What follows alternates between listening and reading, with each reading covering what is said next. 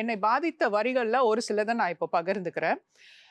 மனிதர்களாகிய நாம எல்லாருமே நம்முடைய இறுதி கட்டத்தை நோக்கி தான் நாம பயணிச்சுட்டு இருக்கோம். ஸோ அந்த மாதிரியான இறுதி கட்டத்தை நோக்கி நாம் பயணிக்கும் அந்த தருவாயில, கொஞ்சம் இந்த சிச்சுவேஷன இமேஜின் பண்ணி பாருங்க. இறுதி கட்டத்துல நீங்க இருக்கீங்கன்றப்போ, உங்க கையில ஒரு சின்ன துண்டு காகிதம் குடுத்து, உங்களுடைய வாழ்க்கை பயணத்த ஒரு ஜிஸ்ட் மாரி அதுல எழுதி வைக்க சொல்றாங்க.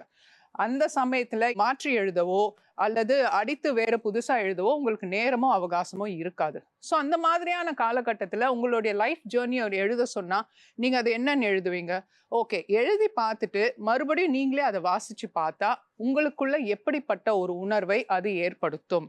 மத்தவங்கள விடுங்க, சுத்தி இருக்கிறவங்கள பத்தி நாம கவலைப்பட வேண்டாம். ஆனா உங்களுக்குள்ளேயே அது எப்படிப்பட்ட ஒரு பாதிப்பை ஏற்படுத்தும் அப்படிங்கிறத கொஞ்சம் யோசிச்சு பாருங்க. அதுதான் உங்கள் வாழ்க்கைக்கு நீங்கள் ஏற்படுத்திக் கொள்ளும் ஒரு அர்த்தமாகும். ஸோ அந்த மாதிரியான பல வரிகள நான் படிக்க